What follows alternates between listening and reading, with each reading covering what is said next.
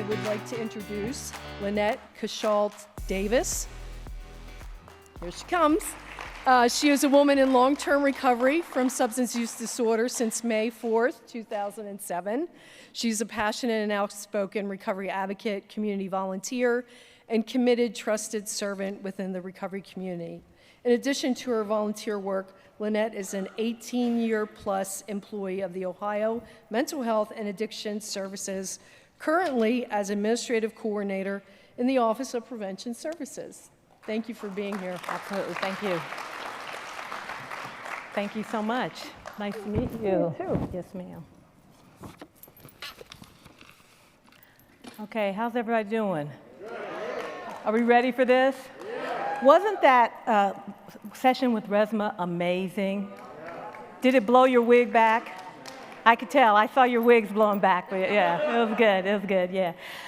So thank you all for being here for what, for me, is groundbreaking work. I'm so grateful to the Recovery Advocacy Project for coordinating these sessions and for asking me to be a part of it. I'm truly honored, and I can't wait to have a conversation with these three panelists. I've had a chance to chat with them, and they've all got amazing hearts and amazing minds and amazing services, and can't wait for you to hear about them. I do want to kind of frame our time together with something I read in the proclamation that we received from the President's office. And it says, while opportunities for recovery should be available to everyone, those with substance use disorders in racially diverse, tribal, rural, and other underserved communities often lack access to the support services that they need to receive treatment and sustain their recovery. Research also shows that a treatment gap lingers between people of color and their white neighbors. People of color not only have less access to support services for addiction, but they're also subject to harsher penalties when addiction leads to interaction with the criminal justice system. So that's just a little bit, you know, the President's office recognizes what most of us already know, right? And so I'm grateful that this is an opportunity to have that conversation out loud and together as part of our story of us, right? So I'm so happy to welcome our panelists, and I'm going to just say their names for you, and then they're going to share more about their programs and what they do. We have Katie Alawatoyan. She's the founder of the Sober Black Girls Club, which I am a member. Hey, Katie. And then we have Bianca Landaeta. She's a recovery, community organizational development, and Hispanic outreach specialist at the Georgia Council on Substance Abuse. And finally, Monty Burks is Director of Faith-Based Initiatives at the Tennessee Department of Mental Health and Substance Abuse. Welcome them. Okay, how y'all doing? Everybody good? We ready? I just want to thank you again for being here. As I said, this is groundbreaking work, and you're all amazing people, and I just want to take you all with me back to Ohio. But since I can't do that, let's just start having a conversation. Would you like to start? Tell us a little bit about your program, and how you got started.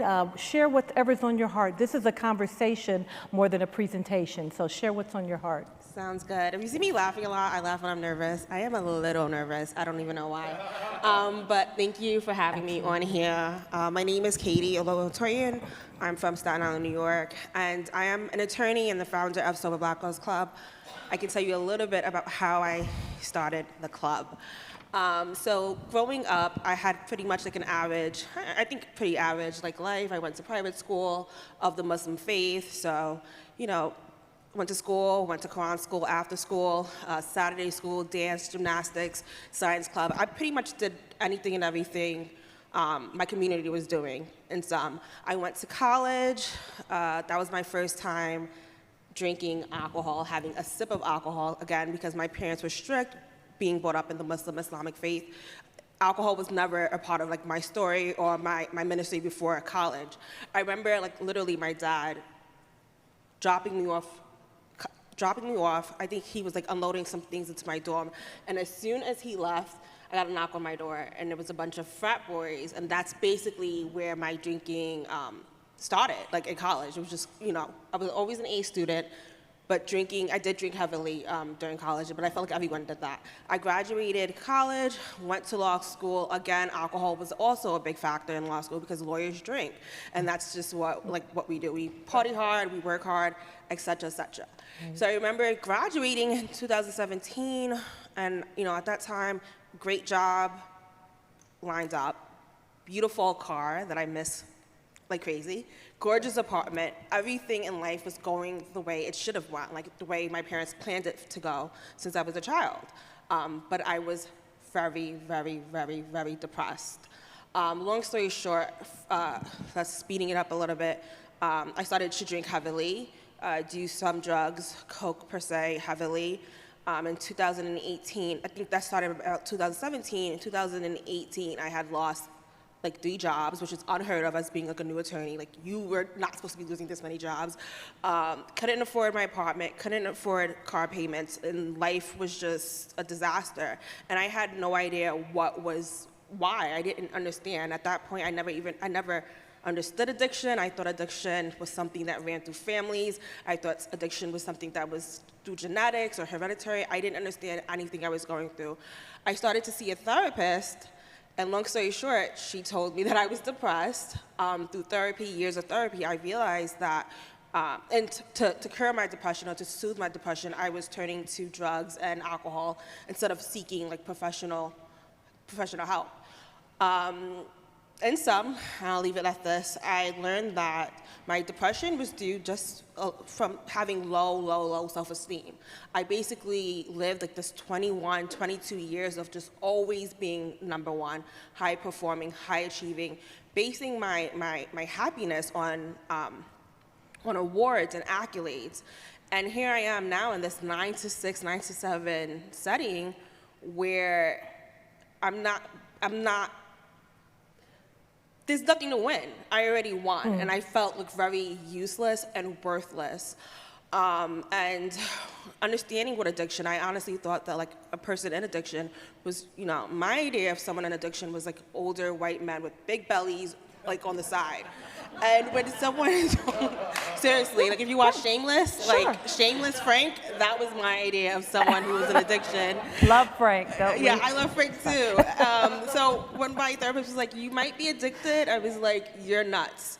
And it's because, I didn't understand what a person in addiction looked like. There was all these terms, and I'm gonna end it here. Hopefully I can tell more of my stories and why I created Sober Black Girls Club. But I realized that there were cultural, racial, components, structures in life in general that prevented me to see me as a person who needed help, that prevented me from understanding that I wasn't created to constantly be perfect, to always be working and producing, and that I needed a break, and I needed to heal and recover. But again, I couldn't see that because I couldn't see me as a person, and I believe that has a lot to do with capitalism, white supremacy, and other structures. So that's what encouraged me to create Sober Black Girls Club. Today we're like, and again, we're not, before I let you speak, I'm so sorry. Well, we're not a 12-step program. We're not any medical program. We're not a, what's the word I'm looking for? Or like a medical resource. We're just simply a collective, a community of girls and non-binary people who just want to do better and recover. So a lot of our members are a part of 12-step programs. A lot of them do other programs like maybe She Recovers or like Smart Recovery, whatnot. But we're just a supportive collective group. And what that looks like, we run a blog, we run a newsletter, we have a mentorship program, we have a medical fund where we, I did go to rehab. Rehab is a part of my recovering story, right? And I went to rehab. I was the only Black girl there. And I had to recover, not only being the only Black girl there, but I had to recover in a space where white folks were just using the N-word like it was nothing. And just like the implication that race does not play a huge role in how we recover and how we actually fall into addiction is so ludicrous to me. It's just outstanding. It's outstanding that a year ago, some 12-step programs or groups couldn't even talk about George Floyd or like the effects of racism or the effects of police brutality. It's just so, it's really crazy because it's a huge part, and we don't know because it doesn't always look like F you, I hate you because you're black. Sometimes it looks like being the only black person in a recovery space and hearing the N-word being constantly used. That's racial, and that's definitely affected my healing and my journey. So anyways, going back to the medical fund, we do have the medical fund where the goal is not, and I'm sorry, I know Sam's here, but the goal is not to just throw members who want to go to rehab into state, local funded rehabs, especially in the inner cities, from my experience, that are horrible. And actually, I remember leaving rehab and going to pick up a drink. It was just the worst experience ever. It's to give them the proper treatment that they deserve. And sometimes that looks like them flying out to Cali and going to a private rehab facility because that's where they can feel safe and recover. So we're just a collective. Hopefully, I think I said what I had to say. You did awesome. You did awesome. Cool. Is this on? Okay, cool. So my name is Bianca Landaeta. I am a person in long-term recovery, and what that means to me is that it's been almost 5 years in October that I have not felt the need to use any kind of substance as an escape from my reality. Thank you. And so in my recovery, I have been able to work with the Georgia Council on Substance Abuse, and I started out as an intern and was doing some Hispanic outreach for them for class credits, and then they hired me on after I graduated, and I worked as a peer recovery coach in the emergency department of the North Georgia Hospital, and so it was the Northeast Georgia Medical Center is the whole name. And I did that for about a year, and while I was doing that, I was the only bilingual peer coach on the whole team. And so that was scary, but very exciting for me, because it was a need that I could tell was very needed, and it was a surprise that it had taken so long to get there. But in my time there, I was continuing to do outreach with the local community, and pretty much made my next job, which is what I do now. The work that I was doing while also being a peer coach, I was just trying to show everyone, like, we need to be doing more for the community that is in the area, because there weren't enough people even coming to the hospital for help. They were too afraid. And so the Hispanic community is very distrusting, with lots of good reasons to be distrusting.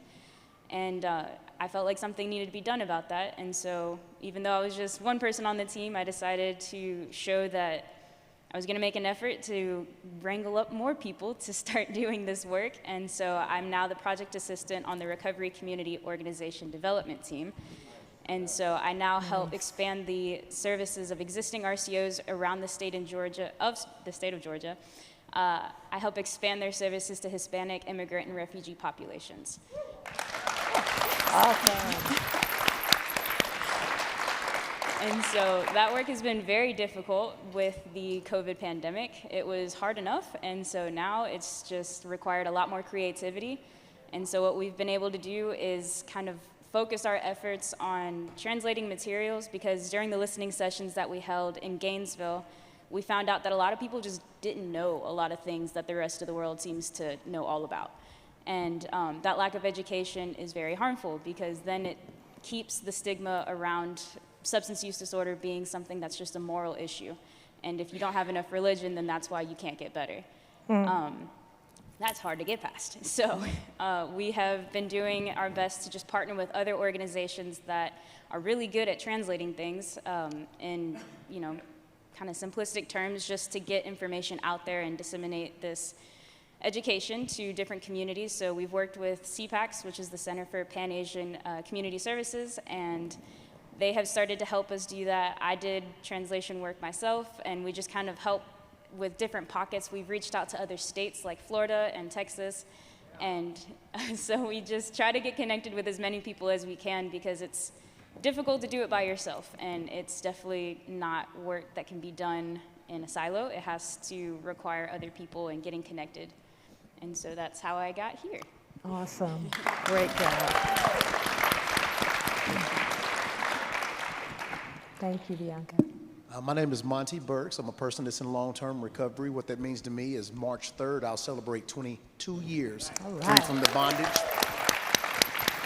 And before I go into what I do and why I'm here, I want to, give a special shout to my two new friends. That there's so much power Yes. in the process that we all go through to find our space. But there's more power in an open space like this that we can tell you about it. Vulnerability has been the key to us getting past a lot of things we've had in our country and around the world. But people like you listening to us tell our stories from a non-judgmental space, more of a cooperative, collaborative space to figure out, how did you put those bricks in your foundation? Why is it so sturdy? And please teach me how to do that. Amen. And Well that's why I want to said. give a shout out to both of my friends. I'll tell you a little bit about me. I'm the Director of Faith-Based Initiatives for the state of Tennessee. What I do in my job, in my professional space, is I collaborate across all different faiths, beliefs, non-beliefs, whatever you are. I am talking about recovery support and how to build an ecosystem utilizing faith communities as a driving mechanism for messaging. Our faith community makes up the most significant piece of my state, Tennessee. Over half of our state identify with some type of faith or religious background. I think about almost 4 million people attend congregational services on a regular Sunday in the state of Tennessee. So what better group to drive a message home around resiliency, recovery, redemption, whatever words they want to call it. So from a cultural competence standpoint, we have a team of people that work with our faith communities to educate them on question, persuade, refer, mental health 101, all these different things to get them geared toward building a smart recovery ministry.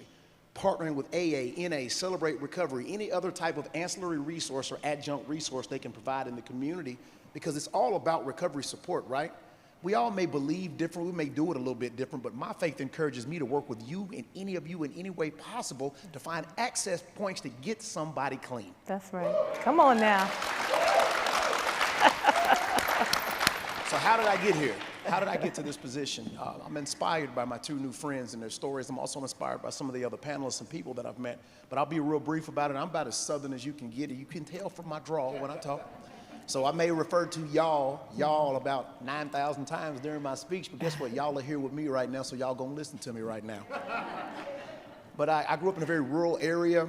During my junior year in college, my father passed away. When my father passed away, I introduced myself to club drugs, ecstasy and ketamine. I was not prepared for the devastating effects that ecstasy and ketamine had on my brain operation. So I actually got myself suspended from college. I was homeless, living in the back of my car, and I was too proud to tell my family what I'd been through, because in Southern culture, men who expose their emotions are considered weak. We're expected to fix everything with a tool belt. Well, what if we don't have a tool belt?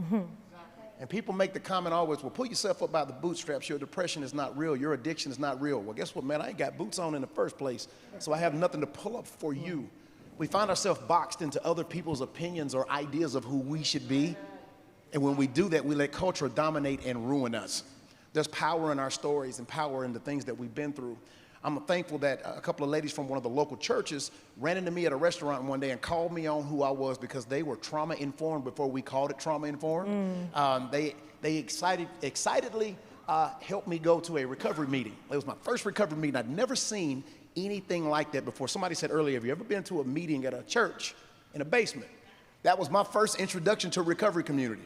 And I tell you what, I was terrified, because let me tell you how culture works and how stigma works. The minute I walked into that room, I thought I wasn't one of them.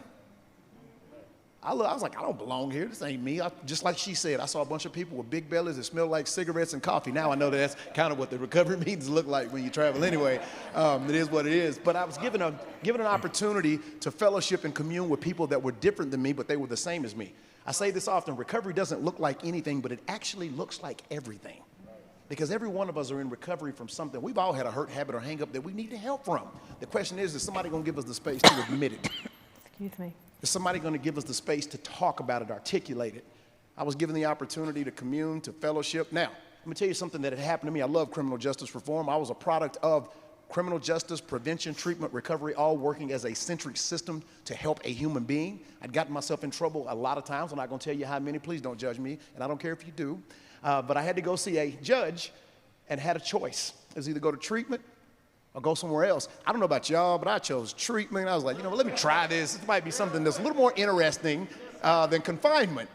So I decided to go to treatment. I spent 271 days in an evidence-based treatment program. This was before treatment was what it is now. But I had the opportunity to reestablish myself and build a moral compass. And guess what? Treatment wasn't all I needed. I actually needed that wraparound outside resource when I went home. 271 days I was clean, but 271 plus 1 means where am I going to go then? And that's where the faith community came to be the most significant part of my recovery journey, is because I went back to that same congregation that had that meeting, and the meeting actually meant a lot more to me because I had a functional understanding of the tools surrounding recovery. I knew how to use. Somebody can throw you a wrench all day long, but they don't tell you how to use it. You'll try to figure it out, but you probably won't. But when given the right path to use those tools, you can change the world one piece at a time, one step at a time. Now I work in state government, going back and talking about the things that I've done. I work with all different faith beliefs and traditions. I have a great time actually trying to understand things that I don't. I think the cultural differences are a cool thing because who I can't reach, you can. And who we can't reach, we can kick it over to somebody else who may be better suited to do that. How do we do that? Become trauma informed. I currently sit in an advisory capacity with our state Supreme Court. I work a lot with recovery communities. My whole staff are people that openly identify as people that are in recovery. I have 17 people that work under me in a very recovery-centric role, and then I have 3 other people that work in a faith-based role. What our job is to educate the faith community, mobilize the faith community, and create access points to services from a cultural, competent, and a compassionate place. That's why I'm glad I'm here right now, because now I've got a whole bunch of new friends that know the kind of work I do. I know the kind of work they do, so we are the recovery community.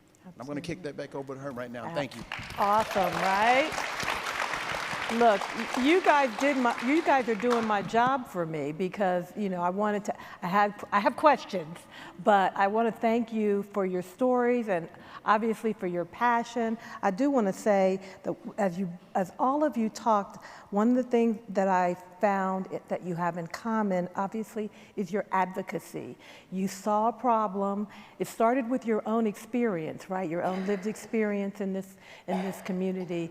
You saw a problem, and as we say in my 12-step program, you got into the solution, right?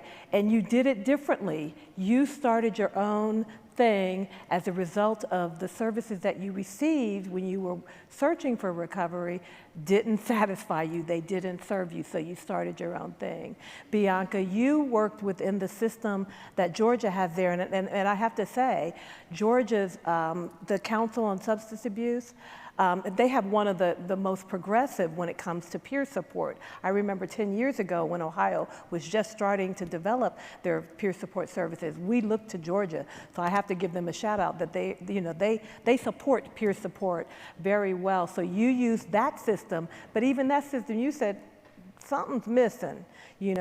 Let me speak up and let me create this job. I love it, right? And that's what we talked about, right? We all do that in some form or another. We use our voice as a result of our lived experience, and we make things happen. And so, of course, Monty, you've heard him talk. He's, again, working within the system of the state system, which, of course, I already told you, I'm kind of jelly about because I'm in Ohio and work for the state, and we, pardon me, are not that progressive, when it comes to working with the faith communities. And my friend, Pastor Greg Delaney, is here from Ohio, and we've had many conversations about wanting to work to connect those services. So, having said that, I just want to identify the bond that we share in terms of what we do with our passion. We saw a need, we decided we weren't going to wait for somebody to fix it, we were going to fix it ourselves, right? Lesson learned, right? So I want to ask you a quick question, and I am mindful of time because I want to give the audience an opportunity to ask some questions. But very quickly, I just have to ask, what did that feel like when you were in treatment and you hear people using the N-word around you? What did it feel like, And did anybody in authority, you know, counselors, anything, what was their response? But really, I want to know what you were feeling. Feeling-wise, I think I just felt like really disgusted, hurt, angry. While I was in treatment, a lot of my counselors really thought that I was, you know, they couldn't see past, I guess, this strong face. They couldn't see past my law degree. So when I was in treatment, a lot of even the counselors, directors were telling me that I had a problem, but it wasn't as bad as most folks. Like, I'll be honest, like, and even when I think about like my own addiction span, my addiction span was like within 2-3 years because I didn't even have time or the resources to be in addiction. Like, I didn't have anyone who understood what I was going through. My parents didn't understand anything I was going through. So I remember just feeling really hurt and disgusted, but again, this was just one out of many times where folks thought I was better than, I guess, the harm being done around me. That was better than suffering from it, right? So I remember having even a queer counselor which I tried to use, and I'm queer myself, try to use his queerness to identify with how I was feeling in terms of like the lack of racial competency in the rehab center. Sure. And he didn't understand, like, Didn't get it. no, like absolutely not. Like you can't understand what I'm going through. So a lot of what I was just told was just to keep pushing on, like recovery is not about them, it's not about other people, it's about you. Again, just like minimizing my feelings, minimizing what I was going through. And yeah, it just hurt, disgusted, angry. Wow, you said a mouthful there. There's so many things I just want to point out. That's so typical, right? That strong black woman syndrome is real, right? Even in recovery spaces, you know, and that judgment about your journey not being as severe or as bad.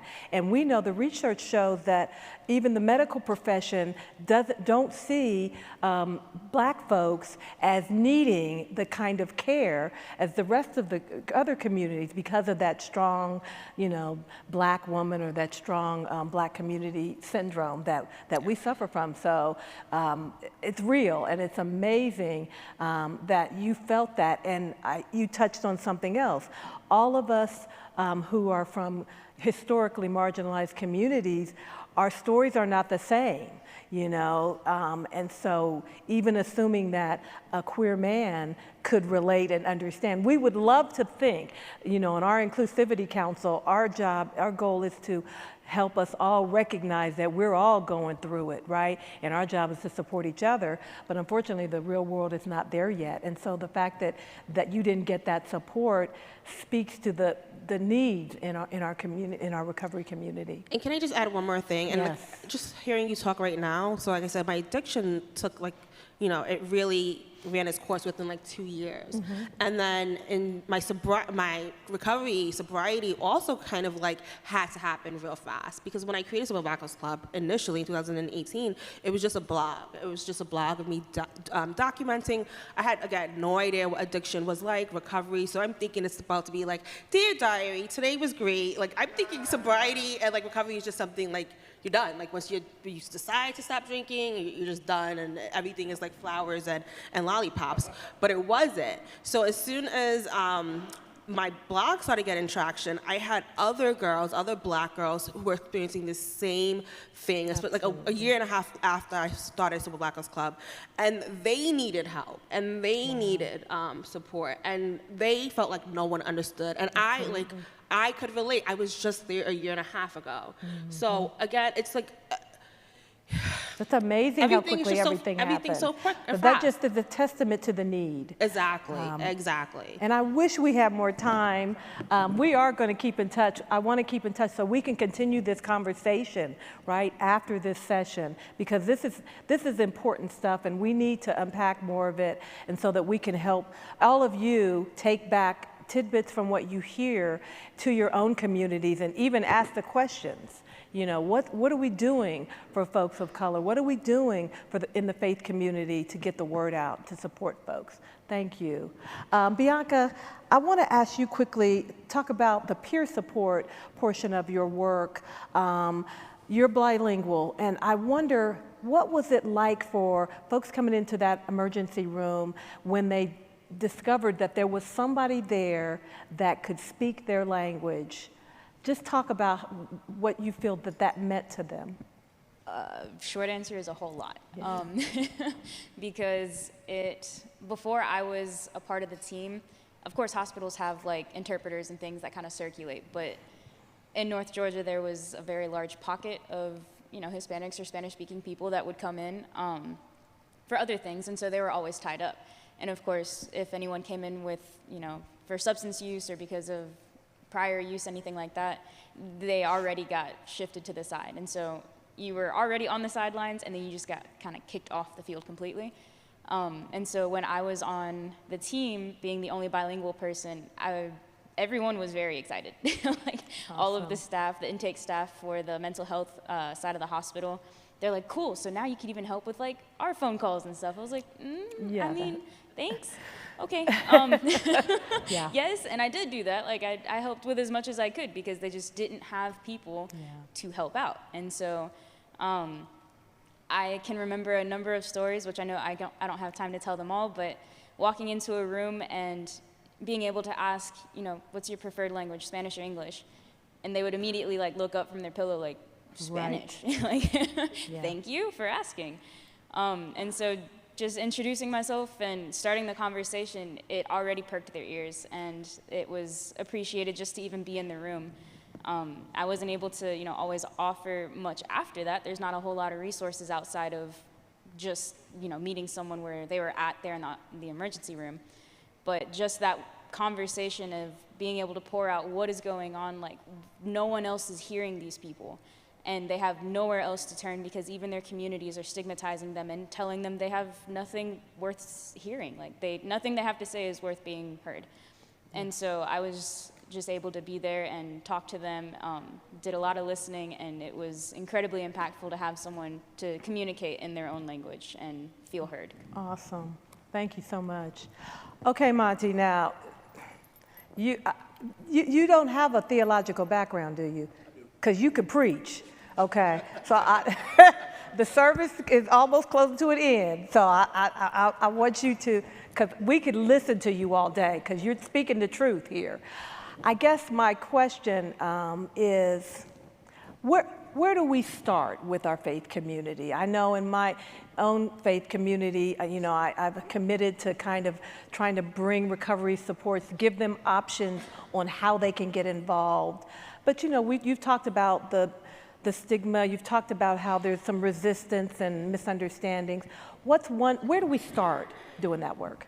So I can answer that question coming from all kinds of angles. Yeah. This one is open conversations like this with faith communities. What we did in Tennessee was we traveled across the state and provided open panel discussions and forums for faith leaders. And what we did is we brought government entities and nonprofits and agencies and places like yours to let them tell the faith community, this is what we do. We need you to partner with us in this space. Can you partner with us here? A lot of our faith communities want to do a lot of stuff, but they do not have the operational nor strategic capacity to do it. A lot of people want to do every ministry that comes in front of them, but they do not have the ability to do every one of those ministries. With that being said, it doesn't mean that every faith community can't attach to something and be part of something. There's clothing ministries, there's feeding ministries, there's toiletries, there's transportation. All of these different things can be part of this process. But before we get to any of that, the first thing we need to do is identify champions from a trauma-informed, person-first perspective. If you can't talk to the people that you're serving, you're not in the right spot. And listening to my colleagues right here, they can identify with communities that I can't. So I'm smart enough to realize that I need them on my team. So sometimes our communities of faith, the faith community is the largest demographic in this country. It's whether you want to accept that or understand that or not, I'm just going to give you a truth. With that truth, it doesn't mean that everybody can do everything, but Right. we can start identifying champions, train faith communities on how to be trauma informed, how to connect with people. What does that mean? And realize that everybody doesn't have to have an MD, PhD, or anything behind their name to love somebody. Amen. You don't have to have a formal education to love anyone. So me coming from a government perspective, sometimes I come off as governmenty. I don't even know if that's a word. I just made it up right here at Mobilize Recovery. But what we do is we make sure when we go to our faith community, we understand that the faith community is older than any job that any one of you have ever worked in. It was here before you, and it's going to be here after you.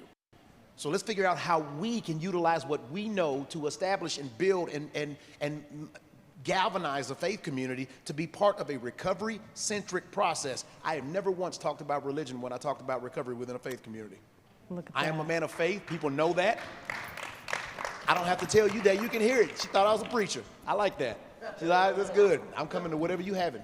But with that being said, I always talk about the recovery aspect, and you can do with your faith and identify however you need to, but realize that every one of you can save somebody's life. One lady saved my life. One lady didn't give up on me one time and got me up here.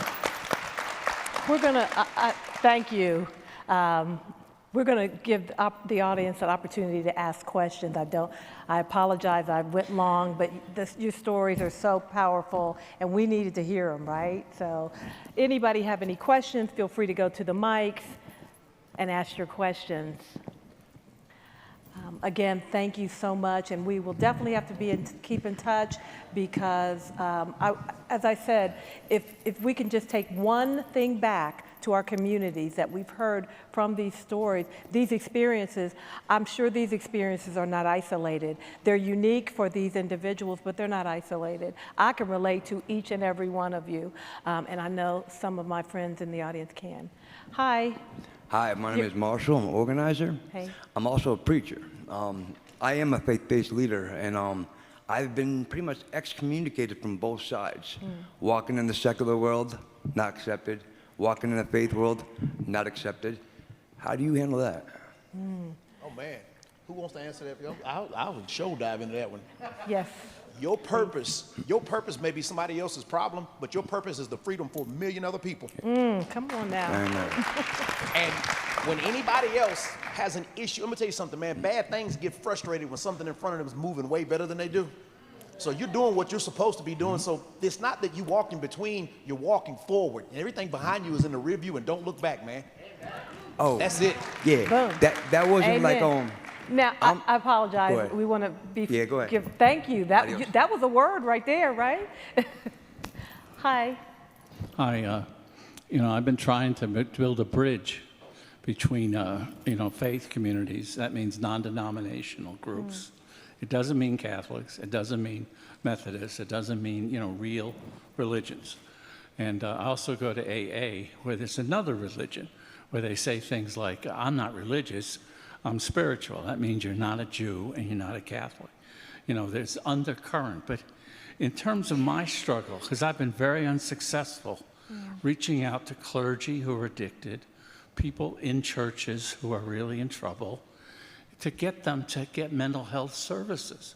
And that when I'm very white, male, and privileged, and a very smart guy, who's Reverend Stevens told me, the major sin of the 20th century was denominationalism, right next to the misuse of nuclear power.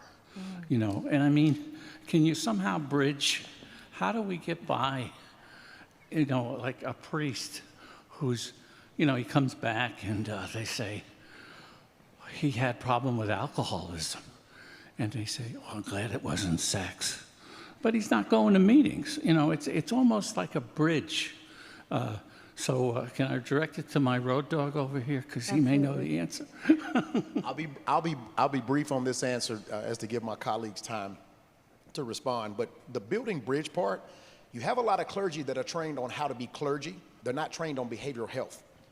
So what we did, how we built the bridge, is we identified other than the leadership in the congregation, other than the person, and trained the people in the community and took it from a community-based effort up. There's different ways to reach pastors and clergy and imams and rabbis. Sometimes it's through their wives or spouses. Other ways is you hit the community, everything around them, and surround them with recovery language and mental health language, and then continue to invite them to the table. I will tell you this, everybody won't do everything, That's right. no matter how hard we try. But with that being said, the way you grabbed that microphone and said what you said is the message that somebody else needs to hear. So I would suggest you keep on saying it. Okay. That's That's in my, yes, sir. Thank you. We're going to have time for 2 more questions quickly, please. Hi there. I lost my mom to an overdose in 2016 when I was 17. That was in Connecticut. So after that, I moved here, and I really stepped into my faith as a Christian, and I started to do work in the recovery community, and I came upon Teen Challenge. And I started to do a lot of work with them, and the more I got into it, the more I thought, like, wow, we didn't know about that. If my mom had access to a program like that, it might have saved her. And so my question for you is, why is the faith-based idea of faith-based organizations and treatment so underutilized and so underdeveloped, and how do we fix that? I love it. So how do you save the world in 30 seconds? 30 seconds. So advocacy.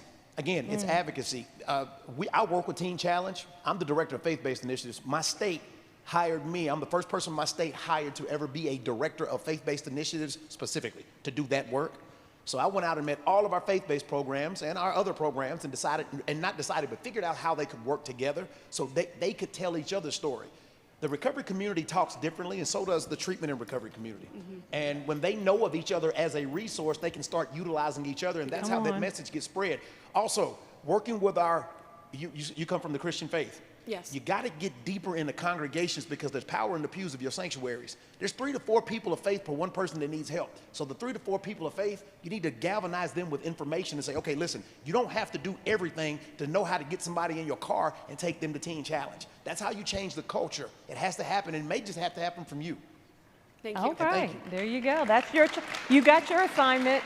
That was 30 seconds. Last question. Hi.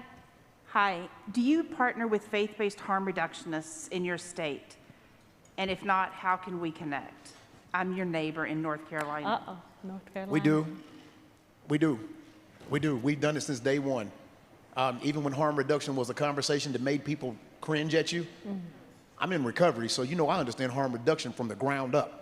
I get it. Just sometimes the community outside of us doesn't understand that harm reduction is the key to getting people help.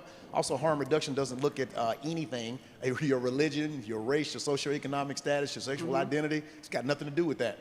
So with that being said, we do utilize our faith community from it, but we only utilize champions that are willing to do the work from a trauma-informed perspective. Because a lot of people say, sure, I'll do harm reduction, and then they'll utilize their own terms to refer to people who are going through the harm reduction process. And that can be non-beneficial to every party involved.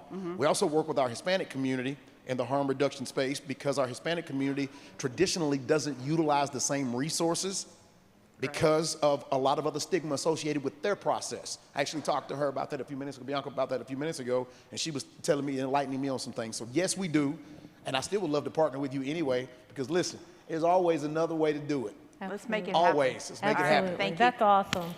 Okay, so she's got her charge going, moving forward. Listen, I want to thank everybody for their attention and their engagement. Obviously, our panelists are awesome. I just am so grateful for each of you. If you want more of Brother Moore here, he's doing an event in November. You've seen the little cards. I think they say Recovery and More or something. That's an online event. Please support that event if you want more of him. And of course, Sober Black Girls, please go to her website and find out all the amazing things Katie's doing. I just was amazed. I told you to have a newsletter.